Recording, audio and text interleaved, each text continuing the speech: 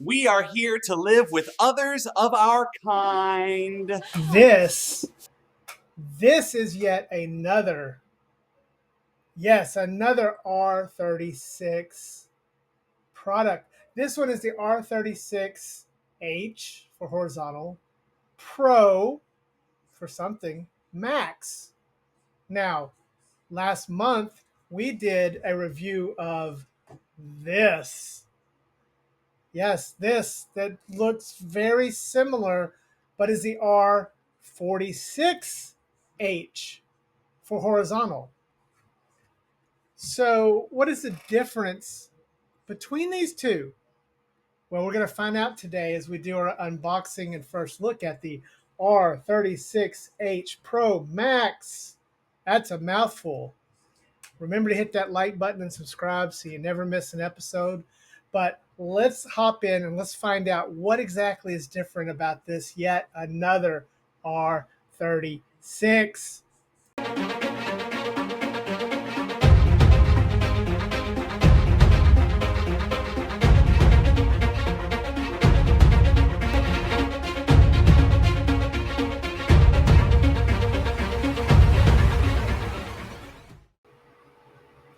Hey, sorry to interrupt the video, but I wanted to take a moment to talk about today's sponsor, Factor. If you're like me and the wife, you often find it hard and difficult to prepare food.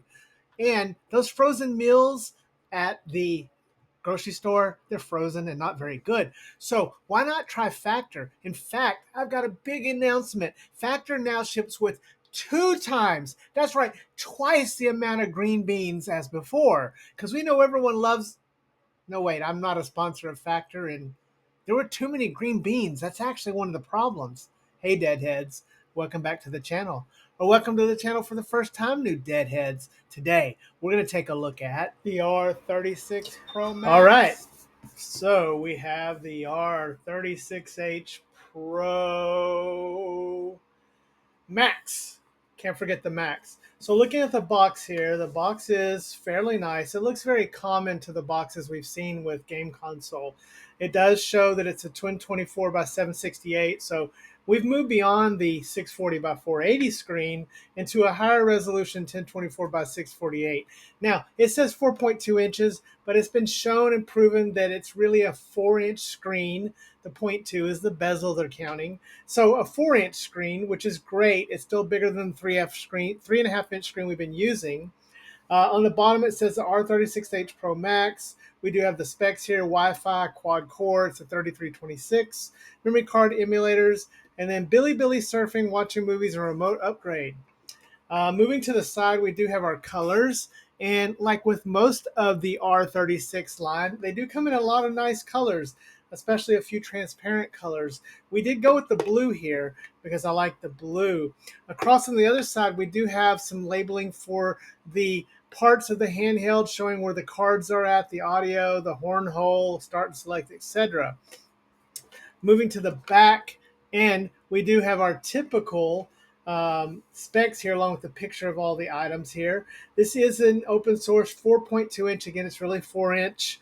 OCA laminated 1024 by 768 and RK3326 with a Mali G31. We know that chip so well. And 3000 milliamp hour battery. Battery life is 8 hours. I don't think so, but we'll see.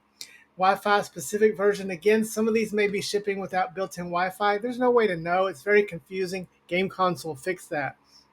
And then a warning not to stick it in a fire. Getting this thing open. Let's get the handheld out of the way here. We have a regular tray. And then we do have a screen protector. Now, like most of these, this is not really a screen protector. It's more like a scratch protector is what I would call it. I don't know. It's not really good. We do have a USB-C cable, A to C, so our typical cable. And then we do have our manual. Again, the R36H Pro Max manual. This is a very simple fold-out manual. Not much going on. Charging instructions, warning instructions, Wi-Fi specific instructions. Nothing else down in there. So let's get this all put back into the bottom, and let's get the handheld out of here and let's take a look at it. Hey guys, sorry to interrupt the video, but I wanted to take a moment to talk about today's sponsor, AliExpress. We got the coolest thing from AliExpress. Now, if you're like me, sometimes you love a handheld, but you just find the sticks to be just too tiny, like these tiny little sticks that came with the 476H, and you really want something bigger. Well, friends, I've got a solution here. Thanks to our friends at AliExpress. We want to check out the Odin Big Caps here. So as you can see, we just got these in, and these caps fit any of the Odin Retroid style handhelds. Now, there are some different ones out there with removable caps, like some of the Ioneos that may not fit these. But if your handheld does fit these, you can see that these are beautiful, beautiful little sticks that attach to it using the same format, and they're big. They come in 3 different colors, as I show you here on the 476H here. You can see now we have nice big sticks in the gray colorway that matches here. And the best part is you get 2 sets when you purchase these. Hit the link in the description and use our coupon codes to save more. We want to thank AliExpress for sending over these Odin Big Joystick Caps. Again, check out the link. Back to the show. All right, pulling this thing out, and immediately I'm struck by the improved feeling in the hands. The ergonomics immediately is quite much better. This is a plastic that is approaching Ambernick quality. It feels a lot better. This translucent blue is beautiful, and there's a lot of nice touches on this. Let's talk about that. There is a lot of texture on this thing. On the back, we do have a AYN Odin looking design there, which is, you know, imitation is the sincerest form of flattery, so I guess that. We do have there's textures on our shoulders, which I like, giving it a little grip there. And then on the butt humps, they have this little frosted sort of texture to it to help hold it. Altogether, this makes a very comfortable handheld to hold. So immediately, I'm very impressed by this. And I would say if they're going for Pro Max, that they have moved in the right direction. But we can see those familiar looking buttons. So let's test them and see if they're any different. And the buttons are they're pretty quiet. These are the same style buttons. They are connected still. They're not independent, but they're pretty quiet, and it feels like they've continued to refine this. So I would say these are probably the best buttons I've felt yet from an R36 line of handhelds. Moving on to the D-pad, and similarly, the D-pad feels a little refined. Now, these are just small little evolutions. These are not a revolution. So you can tell this is like revision 10 or something. But the D-pad feels a lot better. Now, here's where I'm going to throw some gripes at you, game console. If we're going to go to the Pro Max, which is like a double thing, we should have the awesome sticks that we all love. We should have the sticks that come on games like the Magic Pro line, the Retroid, or AYN. Why do we still have the Switch-based sticks? Now, these things work fine. They feel fine. We've got clicky buttons, but I still don't understand if you're going to bump this up to a Pro Max, could we at least get these sort of sticks that we like?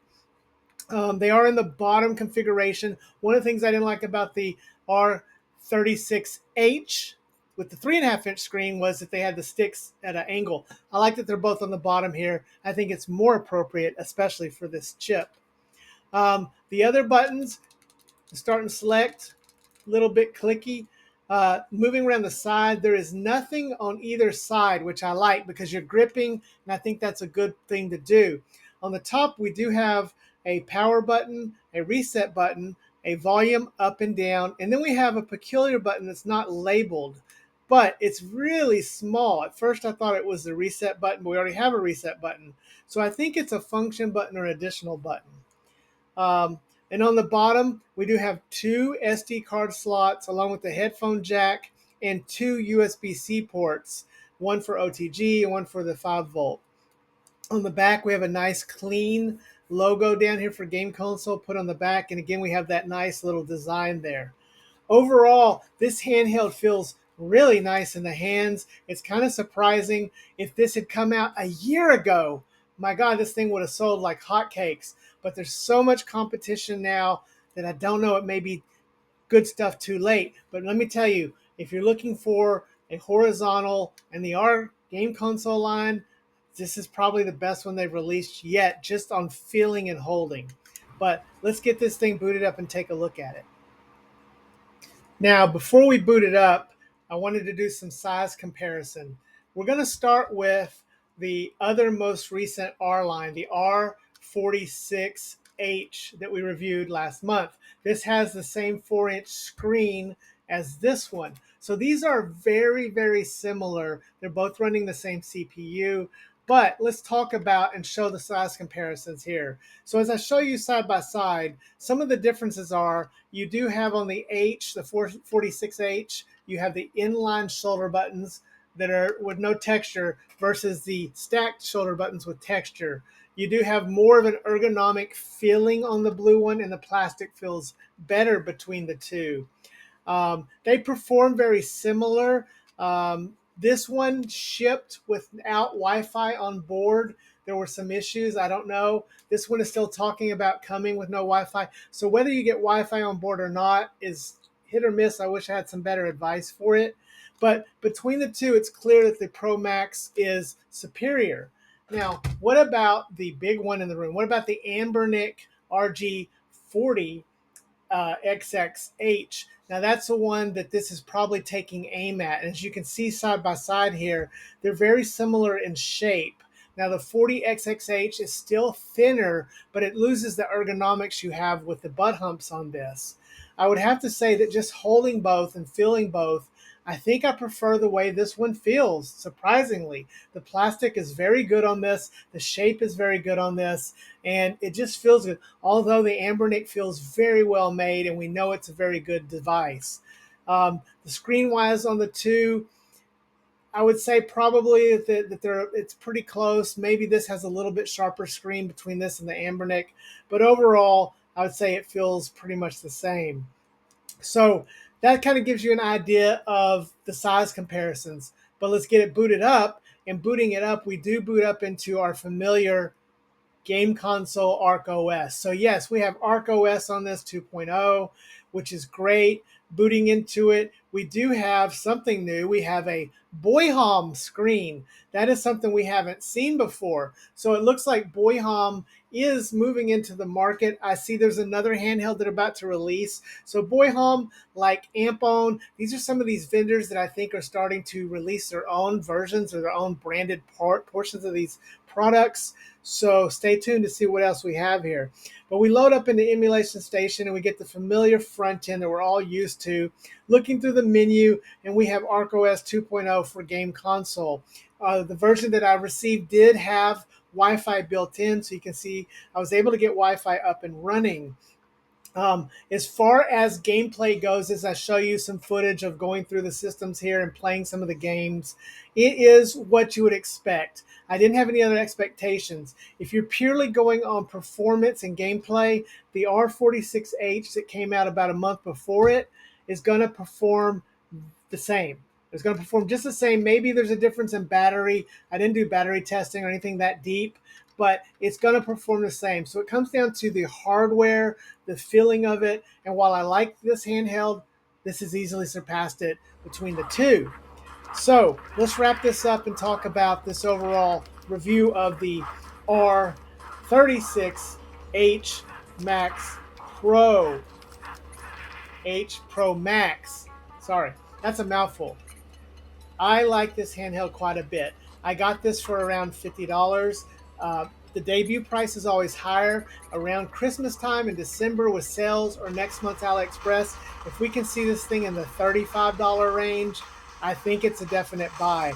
I think if you have to choose between the 46H and the Pro Max, get the Pro Max. It's just that much better. It really is. Even though if you get this one, it's not a bad handheld. The Pro Max is thinner, more ergonomic. It's got textures. It feels better. This one actually had the built-in Wi-Fi. It performs very similar to the 46, to the 46H. These numbers are getting to me. and it just overall is a good, decent handheld. My only qualms are, if you're going to call it Pro Max, give me the better sticks. It's time game console. It's beyond time. Give me the better sticks. But we have all kinds of custom firmware that should be available, could be available. We have this great CPU that we're used to. Yes, it's limited, but we know its limitations. And if this thing can hit that $35 to $45 range consistently, it's a great buy. Let me know your thoughts in the comments. Let me know what you think about this. There's more game console coming. I don't know. We're kind of tired of it. Maybe so. Kind of fatigued overall. But there is still going to be a lot for me to cover, and I'm here to do it so you don't waste your time or money. Remember to hug your loved ones and love your hugged ones, because tomorrow is never promised. We'll see you next time, Deadheads. Dead Fred out.